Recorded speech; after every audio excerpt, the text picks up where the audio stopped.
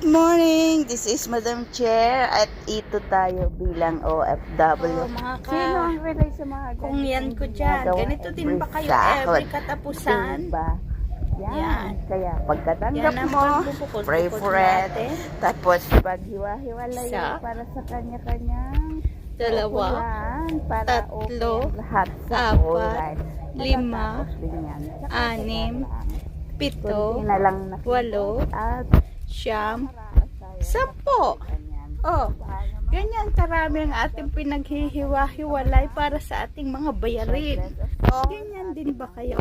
Ating mga Comment down below sa nakaka-relate. O di, pagkano natira sa ating Thank wallet? you. Wala na. God bless Ano ba yan? everyone. Ingat po tayong Yan na lang lahat. ang laman Bawal ng magkasakit. ating wallet. Lalo na tayong mga So, yan ang OFW. maiiwan sa atin. Dahil ang ating Kaya, lakas, Yan, ang ating ganyan.